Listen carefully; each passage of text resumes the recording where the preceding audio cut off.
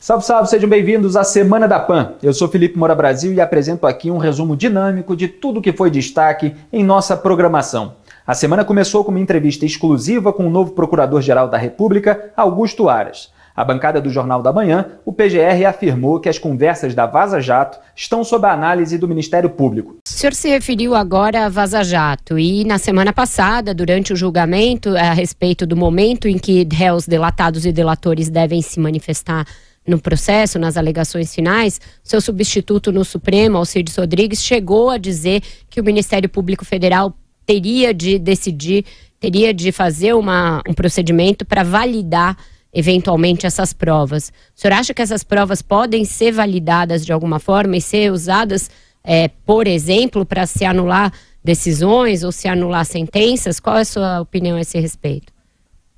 O colega Alcides Martins, que foi o procurador-geral interino, pediu ao ministro Gilmar que enviasse à Procuradoria-Geral da República os textos divulgados pela Vaza Jato, para que fosse apreciado. O material já foi entregue à PGR, já se encontra no gabinete e será avaliado pelo colega encarregado de cuidar das ações penais originárias no Supremo Tribunal Federal.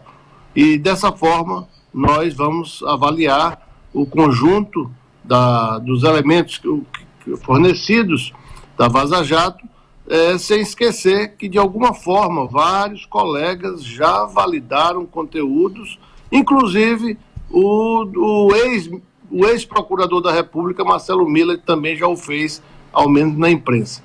Então é preciso que nós tenhamos a compreensão de que o assunto guarda um certo grau de sensibilidade e com grandes repercussões para o direito e especialmente para os processos onde já há condenação. A declaração foi analisada pelo time de comentaristas do programa 3 em 1. Vera, você que participou da entrevista, o que é que achou? E foi muito hermético em algumas respostas, e eu acho que propositalmente hermético, porque quando ele quer, ele sabe ser bem didático.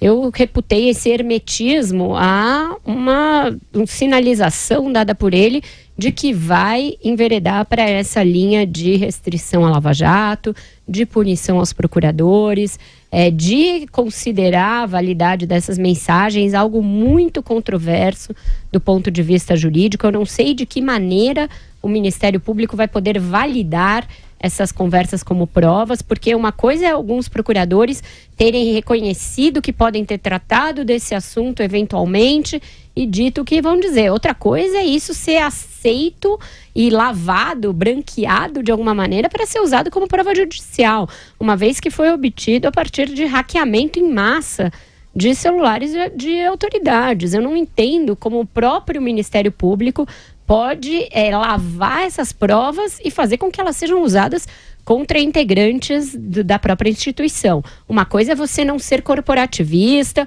e você instituir ali o Estado de Direito, algo com que todos nós concordamos, porque todos nós queremos que se respeitem os direitos individuais, o direito à ampla defesa, etc. Outra coisa é o Procurador-Geral da República passar a fazer parte de um movimento mais amplo para pressionar procuradores que estão subordinados a ele. Eu acho isso preocupante.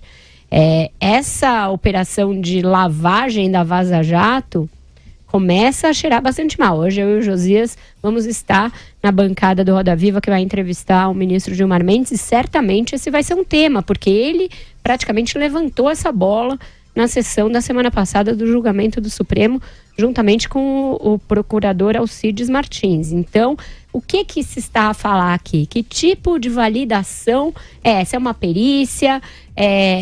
O que? É obrigar os procuradores a atestarem que tiveram aquelas conversas? E onde está a jurisprudência de que isso pode ser usado como prova? Eu acho isso muito, muito controverso. E você, Constantino? Eu concordo 100%. De onde menos se espera é que não sai nada mesmo. E o Augusto Aras, quando foi apontado, lembra que gerou um racha ali na base bolsonarista, muitos desconfiavam dessa indicação, era um indício forte de que talvez fosse a guinada do presidente Bolsonaro rumo ao centrão e para longe da Lava Jato. né? E essas primeiras declarações e primeiras ações do agora PGR Augusto Aras acendem a luz de alerta amarela. Quer dizer, isso tudo atendendo aí ao pedido do ministro Gilmar Mendes, que é o mais anti-Lava Jato do STF, para usar a questão da Vaza Jato como prova, ainda que seja para essa narrativa que tenta, de alguma forma, enquadrar os responsáveis pela operação, pela força-tarefa, como se eles fossem, então, criminosos ou tivessem se desviado do curso do Estado de Direito por conta dessas mensagens que foram vazadas. Tudo isso é muito preocupante, né? Não pode ser usado como prova, foi obtido de forma criminosa. É bom que tenha uma perícia, no sentido de que era uma exigência da imprensa. Quer dizer, nem isso o The Intercept do Glenn Greenwald tinha aceitado fazer, né? Submeter o material a uma perícia. Então, nesse sentido, é bom. Apesar do que há uma crença bastante disseminada de que as conversas devem ser verdadeiras. Nunca houve uma negação veemente de nenhum dos envolvidos. Talvez eles não se lembrem exatamente do detalhe, do contexto, e isso aí possa comprometer a memória, né, de fato.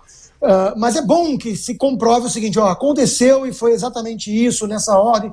Isso é interessante para o interesse jornalístico, para a gente saber, de fato, o que foi trocado de mensagem ali entre esses participantes da Lava Jato. Agora, utilizar isso, de alguma forma, seja para uma narrativa que lide com os supostos excessos da Lava Jato, ou, muito pior ainda, seja para usar como algum tipo de prova para impunidade, ou seja, para soltar alguém que foi condenado pela Lava Jato, isso aí é temerário.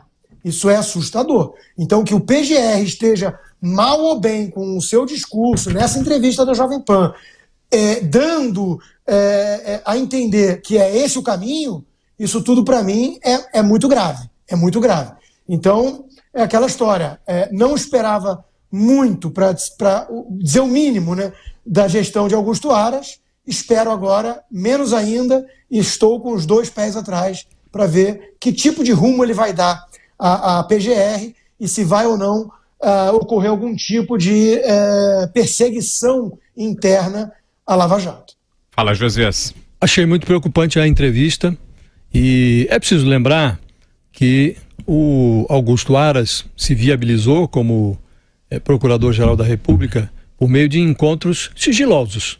Teve meia dúzia de encontros sigilosos com Jair Bolsonaro, encontros sigilosos com a turma do Centrão. Foi aplaudido na sabatina por Renan Calheiros. Renan Calheiros disse que, embora seja um oposicionista em relação ao governo, que não gosta do Bolsonaro, mas que neste ponto, na indicação de Augusto Aras, o Bolsonaro cometeu um acerto inquestionável, talvez o maior acerto do governo Bolsonaro. Então, esse é o personagem. Aí o personagem vem e dá esse tipo de declaração. Na prática, ele deixou absolutamente em aberto a possibilidade de utilizar essas mensagens para desconstituir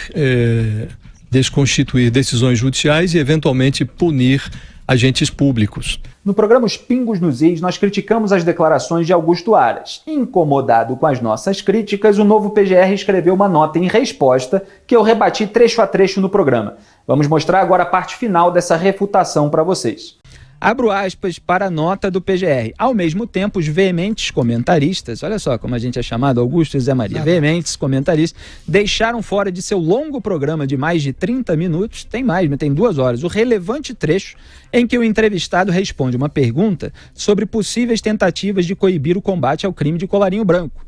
Na resposta, ele afirma que há um encontro marcado no STF para discutir o sistema acusatório com a necessária participação do Ministério Público nestes inquéritos e defende a intransigente atuação do Ministério Público como titular da ação penal ao comentar a aplicabilidade do artigo 43 do Regimento do Supremo Tribunal Federal no caso específico do inquérito das fake news.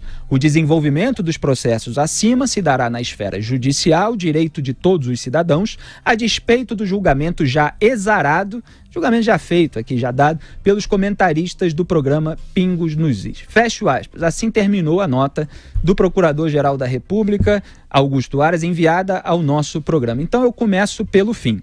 Quem já exarou um julgamento, tanto em entrevista à Folha de São Paulo em 28 de setembro, quanto na entrevista à Jovem Pan em 7 de outubro, foi o próprio Procurador-Geral da República, Augusto Aras, em relação à questão da nulidade do inquérito aberto por Dias Toffoli.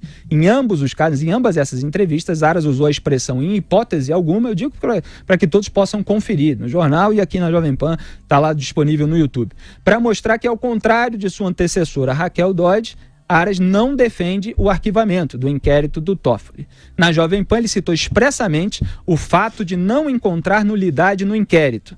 Esse foi o ponto da minha crítica aqui em Os Pingos nos Is, e a defesa que Aras faz da participação do Ministério Público Federal no caso, em nada muda o fato de ele já ter exarado esse julgamento. Ao contrário, só agrava, porque mostra que ele já é contra a nulidade sem ter tido acesso aos objetos não definidos do inquérito sigiloso. Mas já que o PGR sentiu falta de um trecho que só piora a sua situação, eu vou exibi-lo aqui com prazer em Os Pingos nos Is e depois eu volto a explicar em maiores detalhes o caso. Pode soltar, Robson. Em relação à atuação do Ministério Público nos processos, nas investigações no Supremo, nós temos um encontro marcado para discutir com o Supremo o sistema acusatório e o papel e a função do Ministério Público nesses inquéritos judiciais. Nós temos 3 inquéritos que são emblemáticos e já aconteceram sem a participação do Ministério Público. Muito bem. Então, como vocês viram, Augusto Aras é contra declarar a nulidade do inquérito, mas é a favor da participação do MPF, Ministério Público Federal, que até o momento, como está fora, não tem acesso, portanto, aos objetos não definidos da investigação sigilosa. Então, eu repito, explico pela 10ª vez, porque eu disse que isso só piora a situação do Augusto Aras. Porque o artigo 43 do Regimento Interno do STF, que tantas vezes eu apontei aqui, fala que o presidente do Supremo só pode abrir inquérito caso ocorra infração à lei penal na sede ou dependência do tribunal. Supostas fake news, ofensas ou ameaças alegadas por Toffoli aparentemente ocorreram na internet, inclusive na Deep Web, palavras de Dias Toffoli, aqui em entrevista à Jovem Pan. E nada disso, aparentemente, está na sede ou dependência do tribunal, nem foi dito pelo presidente do STF que estava. Na hora de argumentar a favor do inquérito dele, não disse isso. E o que o Aras alegou? Que não há nulidade se a autoridade é competente. E esse é justamente o problema. Eu comentei no Twitter, inclusive, quando o Jornal da Manhã ainda estava rolando. A autoridade, no caso o presidente do STF, não é competente. A autoridade só é competente de acordo com o regimento no qual o Toffoli se baseou, e ainda há uma discussão sobre a aplicabilidade do regimento, se a infração ocorrer no espaço físico do tribunal. Tá dando para entender, Augusto Nunes? Ele está dizendo... Você está desenhando. Pois é, ele está dizendo, não há nulidade se a autoridade é competente. Ué, mas a autoridade só é competente se a infração ocorrer no espaço físico do tribunal. Ele não teve acesso aos objetos não definidos do inquérito sigiloso e, por tudo que o presidente do STF diz, não há nenhuma infração à lei penal ali cometida na sede ou dependência do tribunal. Então, se o Augusto Aras quer tanto a participação do MPF no inquérito, deveria, no mínimo, ter esperado o MPF ter acesso aos objetos não definidos da investigação sigilosa para exarar um julgamento a respeito da nulidade do inquérito, porque isso requer saber se houve alguma infração cometida na sede ou dependência do Supremo. Caso contrário, é gambiarra jurídica, puxadinho regimental, Supremo jeitinho brasileiro. E fica mal ficar dando lição de jornalismo pra gente, esse tipo de notinha que jornal às vezes publica no fim da matéria e ninguém analisa nada. É bom que o pessoal saiba que aqui a gente analisa, a gente pega trecho a trecho e desmonta. Não vai emplacar narrativa no nosso programa não, Augusto. Na terça-feira, o Morning Show analisou a entrevista concedida pelo ministro do STF, Gilmar Mendes, ao programa Roda Viva da TV Cultura. O primeiro ponto que eu queria abordar é sobre o Lula semilivre, em regime domiciliar. Até a criatividade jurídica do ministro Gilmar Mendes tem limites, A gente já fez essa análise aqui para o ouvinte da PAN, que segundo o artigo 112, da Lei de Execução Penal, a pena ela tem que ser executada em regime progressivo quando observados aí os critérios temporais e também de bom comportamento carcerário ou bom comportamento hoteleiro, no caso do Lula. A nossa legislação penal, ela cospe benefícios a criminosos e, portanto, vomita os presos das cadeias, né, ou das suas suítes presidenciais, por analogia. E quando a lei não estipula dessa forma, aí entra a doutrina laxativa do STF, que solta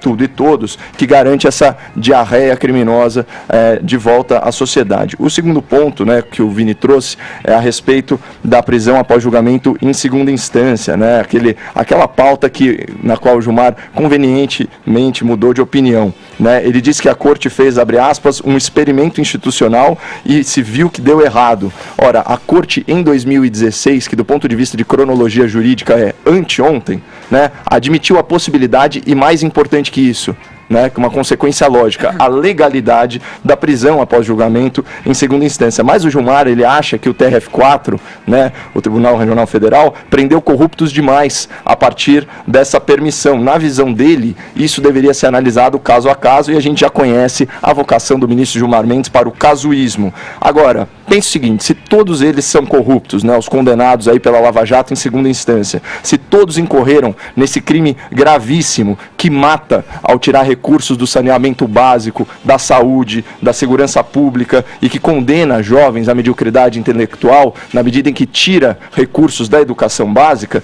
não seria mesmo o caso de encarcerar todos esses corruptos? Fica aí o questionamento para o ouvinte da PAN. E o terceiro ponto é sobre a afirmação aí, sempre com humor ácido, de que a Lava Jato tem melhores publicitários do que juristas. A julgar pelas mensagens roubadas dos procuradores, não confirmadas e não periciadas, mas publicadas pela mídia militante, eram os próprios membros da Força Tarefa, né, que faziam as notas à imprensa. E eu acho isso infinitamente mais republicano que o caso do STF, né, que, segundo o texto do professor Marco Antônio Villa, tem 19 jornalistas e 5 publicitários contratados aí com dinheiro público. Né? E vamos lembrar que, na média, são 222 funcionários por ministro, né? Tem mais de 80 secretárias aquele tribunal. E assim, fechando, chama muito a nossa atenção o hábito do ministro Gilmar Mendes, né, de antecipar juízo de mérito e de ofender os procuradores no plano pessoal e institucional. Ele chega a ultrajar a força-tarefa da Lava Jato como organização criminosa e fala várias vezes em gangsterismo do Ministério Público. Para aqueles legalistas, garantistas, né, isso já deveria ser motivo mais que suficiente para a suspeição do ministro. Ele não pode julgar casos em que ele antecipa o julgamento e que ele já tem um juízo de valor formado e cristalizado e publicizado dessa forma a respeito do Ministério Público, especialmente para quem acha que o Ministério Público é parte. Só que os legalistas garantistas, eles são legalistas e garantistas de conveniência, eles são circunstanciais, casuístas, de 2 pesos e 2 medidas, porque na hora de seguir o Código de Processo Penal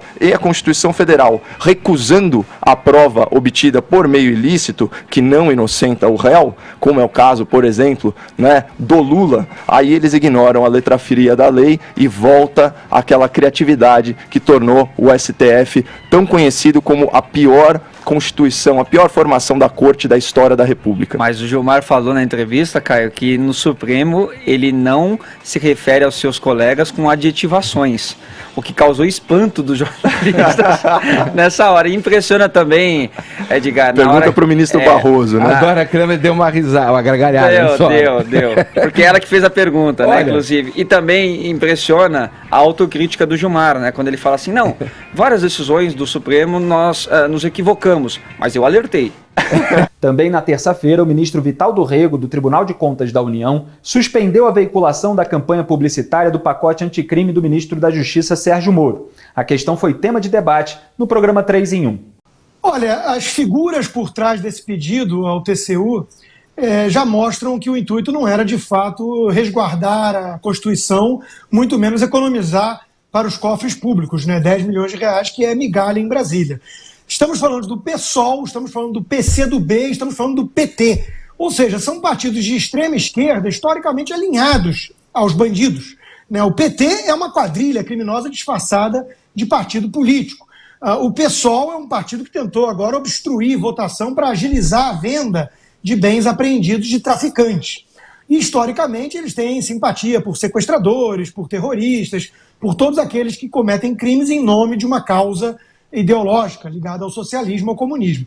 Então é óbvio que o intuito não é ali encontrar, de fato, algo inconstitucional e falar que o projeto ainda é algo em discussão, em debate, e que, portanto, não é uma política de governo que poderia ter ali uma campanha publicitária por trás, né? Isso foi uma tecnicidade encontrada, uma brecha encontrada para o pretexto do verdadeiro intuito, que de fato, tentar barrar ou dificultar a tramitação do projeto anticrime, porque, repito, essa turma de extrema esquerda tem afinidade ideológica com os criminosos, que eles chamam de vítima da sociedade, enquanto que a polícia eles consideram um verdadeiro criminoso, fascista e tudo mais. Então, o que está por trás é isso. A campanha em si, eu achei muito boa. Mostra justamente vítimas reais do crime e seus familiares. É importante a gente inverter um pouco essa lógica, jogar o holofote sobre os familiares das vítimas concretas, num país que há anos e anos aí convive com essa visão mais hegemônica, progressista, que de fato o coitadinho é sempre ali o bandido que é quase fruto da miséria do país e por isso, coitado, foi levado a pegar uma arma e cometer um crime, atirar e tudo mais. Então, a campanha em si eu achei muito boa. Agora, de fato, se não pode ter a campanha enquanto está em processo de tramitação, tudo bem, que seja respeitada a decisão do TCU. Eu só acho importante deixar claro para o nosso internauta e ouvinte que a turma que está por trás desse pedido já mostra qual é o real objetivo. O real objetivo é que eles não querem a aprovação do bom projeto anticrime do Sérgio Moro. Diga, Vera. A turma que está atrás do pedido é essa de um lado, mas existe outro pedido, outra representação que é do Ministério Público de Contas, do próprio TCU, o procurador Lucas Furtado, que está lá desde o Fernando Henrique e que participou da denúncia das pedaladas da Dilma. Então a turma que está por trás do pedido é essa. Foi ele quem argumentou, Lucas Furtado, que juntamente com o outro procurador fez o pedido das pedaladas, é o chefe do Ministério Público de Contas junto ao TCU, que a propaganda como está fere o princípio da impessoalidade. Você não pode usar dinheiro público para fazer proselitismo político. Essa propaganda é puro proselitismo político, é uma propaganda que vem de uma narrativa, como você mesmo disse, como o Constantino mesmo disse. Isso não é propaganda de informação pública, não é algo de utilidade pública. Você usa dinheiro público para fazer propaganda, para informar a campanha de sarampo, campanha de poliomielite, placa do carro que você tem que emplacar, coisas de utilidade pública, e não fazer proselitismo político, fazer campanha política do pacote do ministro Sérgio Moro como forma de pressionar o Congresso a aprová-lo. Isso não é utilidade de dinheiro público e isso é uma maneira que a SECOM está usando de também usar dinheiro público para irrigar as emissoras e para fazer uma política de boa vizinhança com, de novo, usando o Moro como garoto propaganda. Então, eu acho um absurdo essa campanha, eu acho que o TCU acerta, como acertou com a Dilma, eu acho que as instituições existem para isso. Muita gente também disse que as pedaladas eram uma tecnicalidade e que o pedido era feito por pessoas improbas, mas o Tribunal de Contas aprovou as pedaladas e isso foi a base do impeachment. Acho que o Tribunal de Contas acerta, me lembro que fez o mesmo com campanhas do PT que usavam slogans parecidos com o do Lula, cor vermelha, em campanhas, dizendo que aquilo feria o princípio da impessoalidade da propaganda. Então, acerta em todos esses casos. Fala, Josias. Eu acho também que, abstraindo até a decisão do TCU, eu também acho que é uma decisão acertada, embora chegue tarde, porque parte desse dinheiro já foi gasto, né? Mas no início, já no dia do lançamento da campanha do governo, eu dizia que o governo faz uma campanha sobre ações futuras, o que pretende fazer para organizar o futuro do combate ao crime, mas não consegue se organizar no presente. Então, o que é que o governo tinha que fazer? Tinha que pegar em lanças no Congresso para aprovar o pacote do Moro. Faz isso? Não. Ao contrário, o presidente fez corpo mole o tempo inteiro. Os parlamentares ali, o Rodrigo Maia tem uma pose de reformista na área econômica e tem um acerto com o Centrão para barrar determinadas coisas, entre elas o pacote do ministro Sérgio Moro. No programa Pânico, o deputado estadual de São Paulo, Arthur Duval, mais conhecido como Mamãe Falei, explicou se o MBL rompeu ou não com o presidente Jair Bolsonaro. Presta atenção, que falo que eu sou bola de cristal. Bola de cristal é o seguinte, os caras vão acabar com a Lava Jato e quem jogar contra a Lava Jato vai se ferrar. Ué, mas você não é de direita, você não apoia o Bolsonaro? Que isso, Emílio? O que você tá falando? Onde já se viu? Eu tô dizendo o seguinte, mudou um chip da galera. E quem mudou esse chip foi a Lava Jato. Foi aqueles malucos lá, que lá de Curitiba fecharam aquele negócio. É verdade. Fizeram o PowerPoint. Fizemos. Nós falamos como é que funciona esse negócio. Esses cara têm moral. O político não, porque o cara foi lá, se colou no o Dória se colou no Bolsonaro, tudo pra ganhar o votinho. Ganhou o votinho, ganhou o poder, beleza. O cara tá pensando o quê? Na próxima eleição. Verdade, tá falando o quê? O Bolsonaro tá queimado com esse negócio do filho. Opa, Bolsonaro é uma merda. Esses caras sim. Esses cara têm moral. A Lava Jato... Pergunta ao pessoal, Emílio. Pergunta ao pessoal da Lava Jato o que eles acham da indicação do Bolsonaro pra PGR. E vou falar uma coisa pra você. E os caras agora se juntaram pra queimar a Lava Jato. Todos esses teus amigos aí. Quem? Os parça de Brasília, os Kim, os Botafogo. Pera, calma. Não entendi. Eles estão... Porra, já mudaram, cara. Mas não entendi o que você não tá vendo o Supremo, porra. Mas pera, não entendi, Emílio. Não entendi a pergunta. Vila, Ora, peraí. A questão sine qua non aqui, é a seguinte. Eu queria até perguntar uma coisa pra você. Não, você não prestou atenção. Não, eu tô tentando pegar a linha do seu raciocínio. Tá tretando, tá por fora ali, ó. O Major Olímpio vai fazer a pergunta aqui depois. Peraí. Muita imitação. Peraí.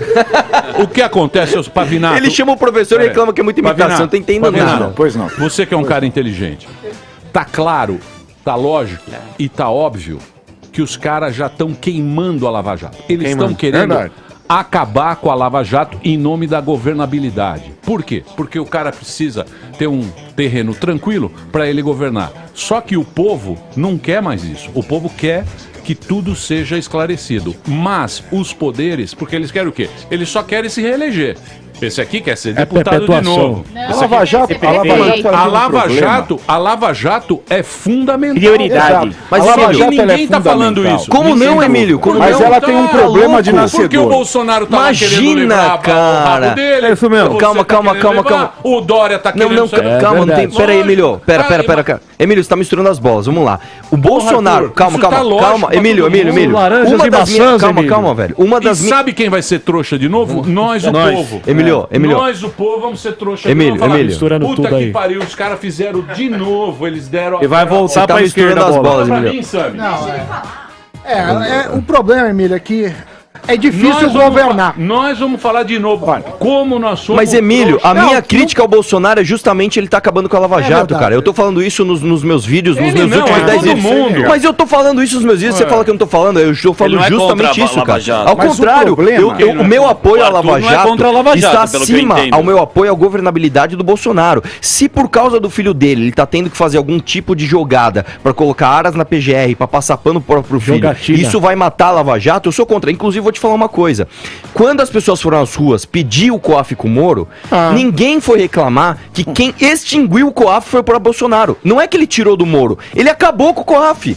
Então nós somos contra isso, nós somos a favor da instituição e não da pessoa. Eu discordo, por exemplo, do Olavo de Carvalho quando ele diz que a gente tem que fazer uma militância bolsonarista. Eu discordo disso. Eu não acho que a gente tem que fazer uma militância personalista na figura central de uma pessoa. Nunca isso. Nós temos que apoiar as ideias e as instituições, não o presidente. Mas o MBL é o isso pra mim é tô completamente o oposto do que eu acredito. E agora que vocês mudam tanto a casaca, quem vocês vão apoiar? Exatamente. Cara, a gente não pensa nisso agora porque tá muito cedo. Eu vou te falar, em 2014, alguém saberia que em 2018 o Bolsonaro seria o presidente? Ninguém sabia. Você já estava preparando um voto contra o PT. Não, mas calma, cara. Você ser contra o PT não significa que você de fato acertou quem é o candidato do 2018. Vendo quem era. Se era o Flávio Rocha, se quem era. Exatamente. Flávio Rocha era a preferência exatamente. Você tem que ler o cenário. Agora, em 2019, isso pra mim é uma crítica do atual governo. Se você num governo que tá nos seus primeiros meses tem uma baita preocupação com o teu concorrente de 2022, quer dizer que teu governo não tá certo. Mas você vai ver o Twitter do Eduardo Bolsonaro, é só porque 2022 isso, 2022 aqui. Calma, gente, cara. tá fazendo campanha, né? Agora, tá fazendo campanha. Pra quem tá fazendo campanha? Deixa eu falar pra vocês, ouvintes, pelo amor de Deus, vamos pensar. Isso aí é o seguinte, todos ali estão se resolvendo, pra quê? Pra tirar a Lava Jato do pedaço. Sim. E a semana foi marcada por uma treta entre o presidente Jair Bolsonaro e o presidente nacional do PSL, Luciano Bivar. Tudo começou quando Bolsonaro disse a um apoiador que Bivar estava queimado e que era para esquecer o PSL. Em resposta, o presidente nacional do partido disse que Bolsonaro já estava afastado da sigla. Em Os Pingos nos Is, nós discutimos a questão. Está tendo muita especulação em torno dessa polêmica, Zé Maria Trindade. Que será que é fato já? Pois é, muita. Felipe, é o seguinte, lá em Medina, diz que o cachorro só é o melhor amigo do homem porque ele não conhece dinheiro. Entrou dinheiro, entra polêmica. É dinheiro e poder. Entrou essa disputa aí, a coisa complica muito.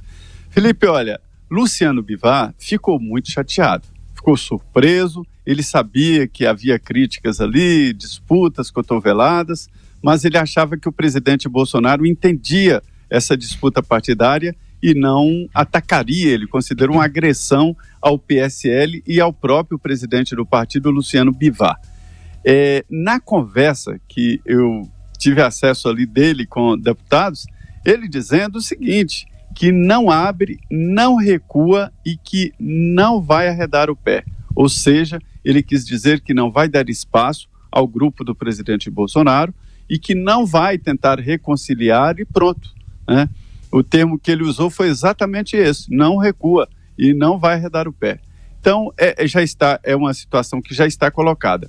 Do outro lado, o presidente Jair Bolsonaro se reuniu com deputados do PSL e levou para a reunião advogados, especialistas na área de direito eleitoral, e ficou a impressão de que agora a saída é jurídica. O grupo está preparando ali uma maneira jurídica de sair do PSL e provocar menos danos. O que poderia ser a formação de um novo partido. Criar um novo partido é muito complicado, rapidamente. O presidente Jair Bolsonaro poderia, através da sua liderança, né, conseguir as assinaturas em todos os estados rapidamente, mas não é tão simples assim. Nós assistimos ali a dificuldade, a batalha de Marina Silva, que é uma líder, sim, de um setor muito importante, com a dificuldade de criar um partido político. No final, ela não conseguiu se candidatar. Então, a ideia é fazer ali uma união de partidos e criar um partido conservador. Me disseram ali que o Patriotas está mesmo de portas abertas, mas que há atritos também entre grupos, de que na primeira tentativa de filiação do Bolsonaro ele desconfiou que seria rifado, né? É uma desconfiança muito grande, porque a lei exige 6 meses de filiação partidária. Se há 5 meses da eleição o partido decide, nós não vamos ter candidato, pronto, mata a candidatura, não pode mais ser transferido para outro partido, para se ter uma ideia. Então, a estratégia é montar um grupo jurídico para estudar a maneira do desembarque do PSL.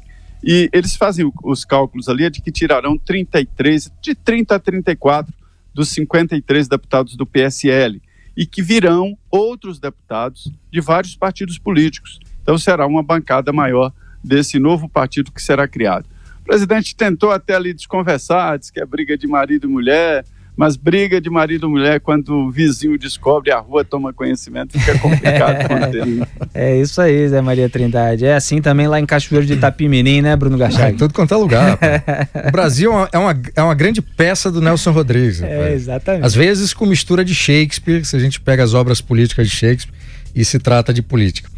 Olha, tem alguns elementos importantes nessa discussão aí, Zé Maria, Felipe e você que nos ouve ou nos vê pelo YouTube, que é o seguinte, o Admar Gonzaga, que está atuando ali como um consultor jurídico do presidente Jair Bolsonaro, ex-ministro do Tribunal Superior Eleitoral, posto lá por Dilma Rousseff, junto com uma senhora Luciana, eles dois que haviam sido advogados de campanha de Dilma Rousseff. Pois é, para aumentar essas contradições que a gente tem visto a todo tempo, Felipe. Lembrando aqui, o senador Bezerra, foi ministro da Dilma, também está lá como líder do Senado ainda. Bom, voltando aqui à vaca fria, o Admar Gonzaga está atuando como um consultor jurídico do presidente, denunciou que não há transparência na utilização dos recursos do fundo partidário por parte do PSL. Então aqui nós temos uma primeira denúncia. A segunda denúncia por parte de outro advogado do presidente, a advogada Karina Cufa, que denunciou que os deputados do PSL não conseguem ter acesso às contas do partido e não tem espaço dentro do partido. Então são duas denúncias por parte de pessoas profissionais que representam o presidente Jair Bolsonaro, que disse lá, para espanto daquele garoto que estava ali esperando o presidente na saída, para que o Luciano Bivar, presidente do PSL, estava queimado. Então você tem duas dimensões aqui. Aí vem o Luciano Bivar, presidente do partido, e joga a denúncia de volta. E aí se refere ao juiz desempregado, né? Referindo-se aqui ao Admar Gonzaga, e também a advogada Rapina, chamou a advogada Karina Cufa de advogada Rapina, dizendo que quem quer o dinheiro são os dois. Aí desloca a discussão do presidente e dos deputados do PSL para os dois profissionais que representam o presidente. Enfim, há um jogo aí onde inocentes não existem, há um jogo pelo controle não só do dinheiro do partido, mas pelo próprio partido.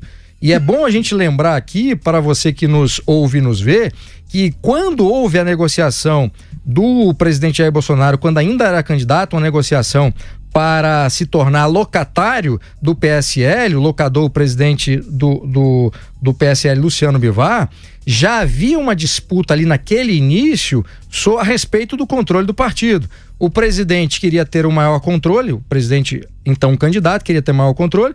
O Luciano Bivar não abriu mão desse controle, mas de qualquer forma fizeram ali uma composição, uma aliança de ocasião, e o Jair Bolsonaro acabou se filiando ao PSL para se lançar candidato. E nessa negociação, o Luciano Bivar traiu o próprio filho, Sérgio Bivar, que estava dentro do PSL na época, isso 2018, junto com um grupo chamado Livres, um grupo de libertários, que estava naquele momento tentando direcionar o PSL para se tornar um partido libertário. E aí a entrada do Jair Bolsonaro acabou ceifando esse plano. O Livres saiu, foi cuidar da própria vida como um instituto independente, mas o que aconteceu foi isso: houve uma traição do pai para com o filho e a negociação se estabeleceu. Agora parece que a relação se esgarçou de vez, embora na política a gente nunca pode ter frases definitivas, porque tudo pode mudar amanhã, haver uma composição entre Bolsonaro e Luciano Bivar e as coisas continuarem como estão. De qualquer forma, a tendência, como o próprio Zé Maria falou, é que o presidente siga para outro partido, que pode nascer de uma fusão entre dois partidos existentes. O Patriotas aí está na jogada, não se sabe se o Patriotas será um desses partidos a ser fundido com outro na criação de um novo partido. E aí cria um problema jurídico para os deputados federais que não foram eleitos por uma eleição majoritária, como é o caso de presidente da República, senadores e também governadores dos estados, e, portanto, todos que são eleitos numa votação majoritária não precisam respeitar aquela regra definida pelo Tribunal Superior Eleitoral, a resolução, que se sair do partido, perde o mandato, porque o mandato pertence ao partido político e não àquele que se elege. Portanto, não há um problema de migração para um outro partido por parte do presidente Jair Bolsonaro, mas por parte dos deputados federais que têm que atender essa regra. Sim, se houver uma criação de um novo partido ou a fusão de um outro partido, aí tudo bem, o critério está atendido, esses parlamentares do PSL que quiserem poderão ir para um outro partido. Se não houver isso, aí tem um problema jurídico a ser resolvido. Exatamente. E a Karina Cufa, advogada do Jair Bolsonaro, que o Luciano Bivar chamou de advogada rapina, está havendo de fato uma troca de farpas entre eles. O Luciano Bivar disse que rescindiu o contrato com a advogada do partido, Karina Cufa, por quebra de confiança, e ela disse que não houve demissão por parte do partido, que na verdade a rescisão do contrato foi solicitada por ela, a advogada Karina Cufa, em ofício enviado ao Luciano Bivar. Ela esclareceu aqui ao site Conjur que o Código de Ética da Advocacia, nos seus artigos 18 e 19, deixa claro que quando há conflito entre dois clientes é preciso escolher um lado. Aspas para Karina Cufa: como sempre fui advogada do presidente, essa é a decisão que não é de hoje. Sempre mencionei para o partido que estaria do lado deles enquanto o presidente estivesse alinhado. O partido era apenas um contrato e quando houve conflito, resolvi ficar de um lado. Fecha aspas. Então tá aí a Karina Cufa, Bruno, escolhendo o lado do presidente Jair Bolsonaro nessa treta com o PSL. Só que o Jair Bolsonaro continua lá. Na quinta-feira, uma reportagem da Bloomberg informou que o Brasil vai continuar na lista de espera da OCDE, Organização para a Cooperação e Desenvolvimento Econômico. Em março, o presidente americano Donald Trump declarou apoio à indicação brasileira, apoio que ele já reiterou, mas dessa vez os países indicados foram Argentina e Romênia. O assunto foi destaque no 3 em 1 e no Morning Show. Olha, eu acho que a gente tem de colocar as coisas nos lugares aí. O que era errado era aquela expectativa criada antes pelo governo brasileiro quanto a que o fato de o Bolsonaro dizer I love you pro Trump e ficar fazendo juras de amor, enviar seu filho para ser embaixador e ter sido recebido em março, tudo isso faria com que a gente tivesse uma espécie de fast track para a OCDE. Então, este era o erro, esta era a mistificação. O que aconteceu agora, e até para quem for mandar resposta para a gente, áudio, não é que se preferiu a Argentina e a Romênia. Esses dois pleitos estavam na frente do pleito brasileiro. Então é natural que elas sejam aceitas, esses países sejam aceitos antes do Brasil. O Brasil só pleiteou formalmente o ingresso na OCDE a partir deste ano. Então o que se vendeu errado antes foi aquele peixe vendido pelos Olavetes, pelo Felipe Martins, etc., de que o Brasil passara a gozar de um novo status. E aí hoje, pego aí na mistificação, ele está dizendo que quem cobre política é que não entendeu e que nada mudou. Balela, balela. O que eles venderam naquela visita era que o Brasil tinha conseguido mundos e fundos do Trump, e não é verdade. O Trump deu um tapinha nas costas do Bolsonaro, falou legal, vou apoiar o teu pleito, só que os negociadores brasileiros, americanos, seguem o mesmo ritual de antes, sem nenhuma deferência ao Brasil, porque não é esta a política que os Estados Unidos adotam na sua diplomacia, não tem deferência para chapa, para brother. Os Estados Unidos adotam uma política absolutamente pragmática, em cima dos seus próprios interesses, e o interesse dos Estados Unidos neste momento com a OCDE é não ampliar muito o seu escopo, não ampliar muito o número de países que a integram, justamente restringir um pouco. Então, por isso que não vai ter vida fácil para o pleito brasileiro. Talvez no ano que vem, quando se trocar o secretário-geral da OCDE, o Brasil entre numa nova leva de países que terão o pedido analisado. Até lá, o que tem acontecido são reiterações de apoio e simpatia ao Brasil que de prático não levam a nada. Aliás, na vida prática, hoje houve um evento importante aqui em São Paulo, um fórum de investimento no qual falaram o presidente Jair Bolsonaro, o ministro Paulo Guedes, o chanceler Ernesto Araújo e também o secretário-geral adjunto para a Cooperação e Desenvolvimento Econômico da OCDE. Um alemão chamado Ludger Schunknet. E aí ele fez uma fala bastante contrária à fala das autoridades brasileiras quanto ao quanto o Brasil está preparado para ingressar na OCDE. E aí eu vou ler. Abre aspas. Se vocês não se importarem que eu fale disso, nós temos um progresso significativo do Brasil, mas ainda temos bastante espaço para melhorias. O Brasil está menos integrado à economia global, o que acaba deixando um pouco mais sem os benefícios das cadeias de valor do mundo inteiro. Recentemente tivemos o acordo do Mercosul com a União Europeia, que é um marco importante, mas gostaríamos de ver progresso em treinamento e educação, porque é crucial aumentar o nível de competências cognitivas e lidar com faltas específicas de habilidades. Então, o que ele está dizendo aqui é que o Brasil ainda precisa fazer muitas lições de casa antes de ingressar na OCDE. Trago mais um dado aqui para reflexão do nosso ouvinte e internauta. A questão ambiental também vai ter peso nesse pleito para ingresso. O Brasil comprou brigas com a Alemanha, com a Noruega e com a França, que também tem assento na OCDE e também vão ter voz, não são só os Estados Unidos. E, por fim, lembrar que o Brasil, em troca dessa promessa de um apoio do Trump para ingressar por uma espécie de porta lateral na OCDE, já abriu mão de outras prerrogativas que ele tinha. Entre elas, a de responder como país em desenvolvimento em algumas questões ligadas à OMS. Ele teve de abrir mão disso para pleitear o ingresso na OCDE. Então, fez uma coisa unilateral e não recebeu de volta. Da mesma maneira, abriu mão dos vistos para cidadãos americanos aqui no Brasil, também em troca dessa promessa. E a outra promessa era que os Estados Unidos nos apoiariam como um aliado especial extra-OTAN, que também ainda não se concretizou. Então, o que acontece agora é o Brasil sendo Brasil, não tem nenhum status especial, e toda aquela mesura, aquele exagero de rapapés com o Trump só nos fez passar vergonha e não nos deu status nenhum especial. O que houve nessa carta não é excepcional, é normal. Não é que o Brasil perdeu e deixou de ser apoiado. Pode vir a ser apoiado lá na frente. Mas isso é o que segue o rito normal, sem nenhuma brodagem, no more I love yous entre o Trump e o Bolsonaro. Você, Josias? O Jair Bolsonaro está descobrindo da pior maneira que em diplomacia a substituição do pragmatismo pelo amor pode ser o caminho mais curto para a frustração. Contrariando a expectativa do Planalto, a Casa Branca não apoiou a proposta do Brasil de ingressar na OCDE nesse momento. Em carta à entidade, o secretário de Estado americano, Mike Pompeo, avalizou apenas as candidaturas de Romênia e Argentina. Quer dizer, o que se tem, preto no branco, é que o Bolsonaro recebeu da administração do seu ídolo, Donald Trump, um tratamento de sub-Maurício Macri. Foi tratado como um sub-Macri. Se o Brasil precisa fazer ajustes, imagine a Argentina. E os Estados Unidos avalizaram. Os pedidos da Argentina e da Romênia, eles foram formalizados antes da solicitação brasileira. Isso é um fato.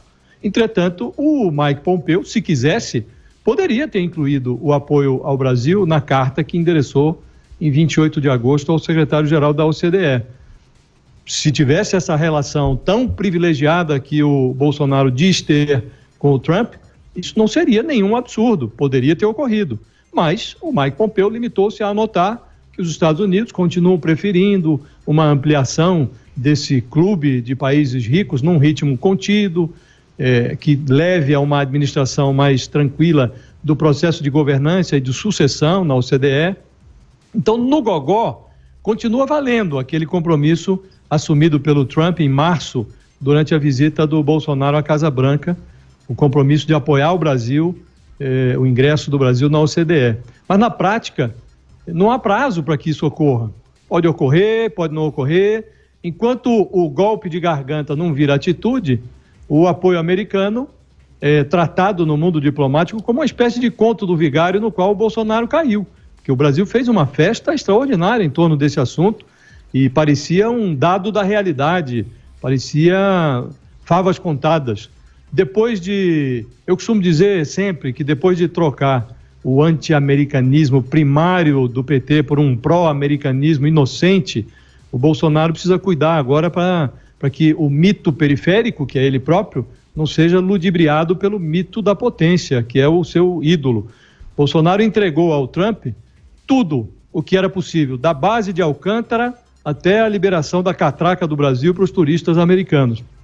Há 2 meses, quando anunciou que a Casa Branca dera o sinal verde para a indicação do 03 para a Embaixada Brasileira em Washington, o Bolsonaro se jactou de ter sido beneficiado por uma peculiaridade. Diz que teve um linguajar pessoal, o documento que ele recebeu do Trump. Ele estava se referindo a um bilhete que o Trump escreveu de próprio punho, e ele dizia, é pessoal, estava festejando isso, sem se dar conta de que em política externa, amar não é coisa para amadores. Constantino. Olha, quando saiu a notícia de que o Brasil ingressaria, talvez, na OCDE, porque contava agora com o apoio do Trump, foi feito, de fato, um carnaval por parte ali da turma mais olavista do governo, o garoto lá, o Felipe Martins e companhia. E, na época, eu achei que isso era exagerado, porque a gente tem que parar para pensar o seguinte, o que representa entrar na OCDE em termos práticos? tem algumas vantagens, alguns benefícios concretos que se revertem em mais recursos para o Brasil. Talvez, mas fazer parte do clube dos ricos é muito mais um sintoma do que causa de qualquer coisa. Então a mentalidade de que é possível pegar um atalho para o clube dos ricos por conta da camaradagem entre os dois presidentes, isso é uma mentalidade que precisa ser enterrada e eu espero que amadureça após esse episódio. A verdade é que um clube em que a Argentina deve entrar antes do Brasil, a Argentina prestes a mergulhar na catástrofe de voltar ao kirchnerismo no poder após uma tentativa de ajuste com o Macri ali, que acabou traindo a promessa de reforma liberal, né? Um clube que tem a Argentina na frente do Brasil realmente não pode valer tanto assim. Então eu acho que isso tudo é muito mais uma discussão simbólica do que qualquer coisa. Caio, é de alguma maneira frustrante esse momento em que a gente vive, de ver Argentina e Romênia, né? Duas economias, vá lá, bem questionáveis, né? Dois países também com questões ali. Será que é um trâmite burocrático mesmo, ou isso já sinalizaria alguma coisa por trás desse argumento que é só uma questão do tempo, da fila alardeada aí pelo presidente Bolsonaro? É uma frustração para quem é mal informado, né? Em maio, né, a diretoria-geral da OCDE já havia declarado que Argentina e Romênia iniciariam seu plano de adesão no segundo semestre. E é assustadora a incoerência da grande imprensa sobre o ingresso do Brasil na OCDE. Beira má fé, porque esse é um assunto que vem sendo discutido desde a viagem presidencial em março. Certo? À época, a mídia já muito rançosa do governo tratou de minimizar o endosso dos americanos e foi além. Criticou o presidente da República por cogitar abrir mão do tratamento especial reservado ao Brasil na OMC na condição aí de país emergente. Portanto, a narrativa hegemônica estabelecida na grande imprensa era muito clara, eu lembro disso. É ruim para o Brasil ingressar na Organização para a Cooperação de Desenvolvimento Econômico, OCDE, em detrimento do seu status na OMC, Organização Mundial do Comércio. Eu me posicionei na contramão disso desde o primeiro comentário em 20 de março e está à disposição do ouvinte da PAN, né, no vídeo do YouTube, cujo título é O Saldo da Viagem de Bolsonaro aos Estados Unidos. Caio e Edgar protagonizam um debate. Nessa discussão, eu trouxe falas de acadêmicos, de diplomatas e líderes da indústria avalizando o resultado positivo da visita. Eu separei uma aspas aqui para repetir ao ouvinte do professor Matias Spector, da Fundação Getúlio Vargas. Ele foi incisivo. Foi o maior pacote de concessões já dado por um presidente americano a um colega brasileiro nos últimos 30 anos de democracia. E à época eu também elenquei aí uma série de medidas e acordos bilaterais firmados entre os dois países, Brasil e Estados Unidos. E sobre o apoio americano ao ingresso do Brasil na OCDE, eu disse, essa é a maior vitória. Naturalmente, qualquer coisa, e aqui eu não falo como comentarista, eu falo como cidadão mesmo, qualquer coisa que vá na contramão disso vai me decepcionar, certo? E ontem houve muito ruído sobre essa pauta, né? A percepção fomentada pela imprensa, num primeiro momento, era de que os Estados Unidos havia retirado seu apoio ao Brasil. E mais, né? A imprensa que antes era crítica ao ingresso do Brasil na OCDE, agora criticava o oposto, o não ingresso. Né? É justamente por isso que a gente fala e a gente faz essa autocrítica aqui, essa análise, na verdade, né? Uma em cada 5 pessoas não confia na imprensa no Brasil. A crítica, ela não pode ser uma finalidade em si mesma, ela tem que ser feita com responsabilidade, especialmente com coerência. E nesse caso é pior ainda, porque em nenhum momento os Estados Unidos retiraram seu apoio ao ingresso do Brasil na OCDE. Como eu disse, houve a declaração do presidente Trump nesse sentido em 19 de março. Depois, em maio, né, a OCDE declarou que a Argentina e a Romênia iniciariam seu plano de adesão no segundo semestre, portanto, antes do Brasil. Depois, teve uma nova declaração pró-Brasil na OCDE durante o encontro do chanceler brasileiro com o secretário americano Mike Pompeo. Isso foi, se não me engano, em 16 de setembro. E ontem a gente tem mais uma declaração por nota oficial do Departamento de Estado americano, reiterando esse compromisso de apoio ao Brasil na OCDE. Então, mais uma vez, uma polêmica sobre fato antigo, artificialmente inflada e pior, nesse caso, dá uma volatilidade que não é bem-vinda para o mercado brasileiro, um mercado que está aí sujeito ainda a muitas oscilações. Eu queria só destacar por que essa defesa do Brasil na OCDE, né? A OCDE, a Organização para a Cooperação e Desenvolvimento Econômico, ela funciona como um fórum de países desenvolvidos, né? Então, ao estabelecimento de uma série de compromissos, de boas práticas em diversos setores, não só na economia, fala-se muito em economia, mas também em educação, em saúde, em segurança. É como se fosse um selo de qualidade, um certificado perante a comunidade internacional. É questão de credibilidade, assim, em última análise. Vai melhorar a percepção do investidor em relação ao Brasil. Vai facilitar a assinatura de acordos comerciais, vai diminuir o risco da perda de grau de investimento, que é um critério objetivo para que grandes fundos apliquem suas verbas aqui no país. Vai diminuir os custos de captação de empréstimos e também facilita a adequação de normas e regulações a padrões internacionais, né? É tão importante isso que já outros governos, como o governo Temer, deram a seguinte declaração, abre aspas, a adesão à OCDE é sinalização clara ao mercado e à comunidade internacional do compromisso do Brasil com uma economia aberta, previsível, responsável e transparente. Então, eu creio de fato que o saldo vai ser muito positivo e eu vejo com muito maus olhos aí essa celeuma em torno de uma não notícia, de um fato passado, cujo objetivo só pode ser especulação financeira. Para fechar a semana, a ministra da Mulher, da Família e dos Direitos Humanos, Damares Alves, veio pessoalmente aos estúdios dar uma entrevista exclusiva ao programa Pânico. Ministra, dentro desse tema da violência sexual, você não acha que para combater isso, a melhor maneira não seria reforçando aulas de educação sexual? Você tem feito algumas declarações nesse sentido, por exemplo, uma muito polêmica foi aquela da calcinha. Você disse que algumas garotas eram estupradas porque não usava calcinha e até sugeriu construir uma fábrica de calcinhas. Tem certeza que eu disse isso? Se você não disse isso, toda a imprensa do Brasil mentiu. Então. Toda a imprensa do Brasil, você se confunde com o que a ministra maluquinha fala. Mas você nunca falou... Então, duas perguntas. Você nunca falou nada nesse sentido e você não acha que reforçar a educação sexual não é um caminho? Primeiro, educação sexual. A educação sexual ela é necessária, Guga. Eu defendo. E o presidente da República, a gente conversa muito sobre isso. É verdade. Nós não vimos nenhuma declaração do atual ministro, de mim, contra a educação sexual. O que eu fui contra, e se vocês pegarem muitos vídeos meus do passado, era a forma como a educação sexual estava se processando nas escolas. Pessoas sem preparo algum falando do tema com criança. Por exemplo, Guga, vou dar só um exemplo. Eu encontrei em Nilópolis uma cartilha que foi distribuída para crianças de 13 anos, 12, 13 anos, que na capa da cartilha tinha 4 homens fazendo sexo ao mesmo tempo. Nossa. Tá no YouTube, gente. Procura aí. Cartilha Nilópolis. Procura. Disponível. Então, assim, era aquele material que a gente questionava. Isso não é uma exceção? Não. Tinha muita coisa no Brasil acontecendo, Guga. Muita coisa. Eu sou educadora, eu tava lá. Eu tava nos bastidores, eu acompanhei, eu ouvi os pais, eu andei o Brasil. Tinha muita coisa ruim acontecendo. Mas a educação sexual tem que acontecer nas escolas. Da forma correta, obedecendo, gente, à especificidade das idades. Por exemplo, me permita trazer a minha história aqui. Eu fui barbaramente estuprada aos 6 anos de idade. Eu sou vítima da violência sexual.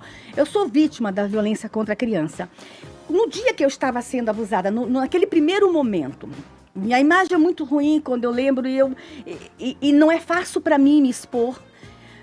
É doloroso e paguei um preço quando me expus, mas já que eu fui exposta, eu vou falar. Naquele instante, se eu soubesse o que estava acontecendo comigo, eu teria gritado. Mas eu nunca tinha sido orientado sobre isto. Eu vinha de um lar cristão em que se falava de Deus, anjos e glória e céu. Era isso. Meu pai é um homem extremamente bondoso, generoso. A minha mãe era extraordinária. E, de repente, um pastor que estava hospedado na minha casa, ele foi o meu agressor. E qual é a cena de uma menina de 6 anos? Um homem que eu amava em cima de mim me machucando. Eu não sabia o que era aquilo. Se eu tivesse sido orientada, tipo, este lugar aqui é íntimo, ninguém toca. Aqui embaixo é íntimo, ninguém toca. Se alguém tocar, grita. Eu teria gritado. Se tivesse me empoderado para me defender, eu teria me defendido. Então, quando eu falo da educação sexual, eu falo nesse sentido, da forma certa, com material correto, com as pessoas certas, falando de educação sexual para a criança. E inclusive para empoderá-las, para se defenderem. Eu defendo isso. E já está acontecendo. Nós já temos muito material bom chegando para análise, para avaliação, e a gente vai conduzir isso de uma forma muito madura. Você acompanhou aqui a Semana da PAN com um resumo de tudo que foi destaque em nossa programação. Para mais informações, acesse jp.com.br. Um grande abraço e até semana que vem.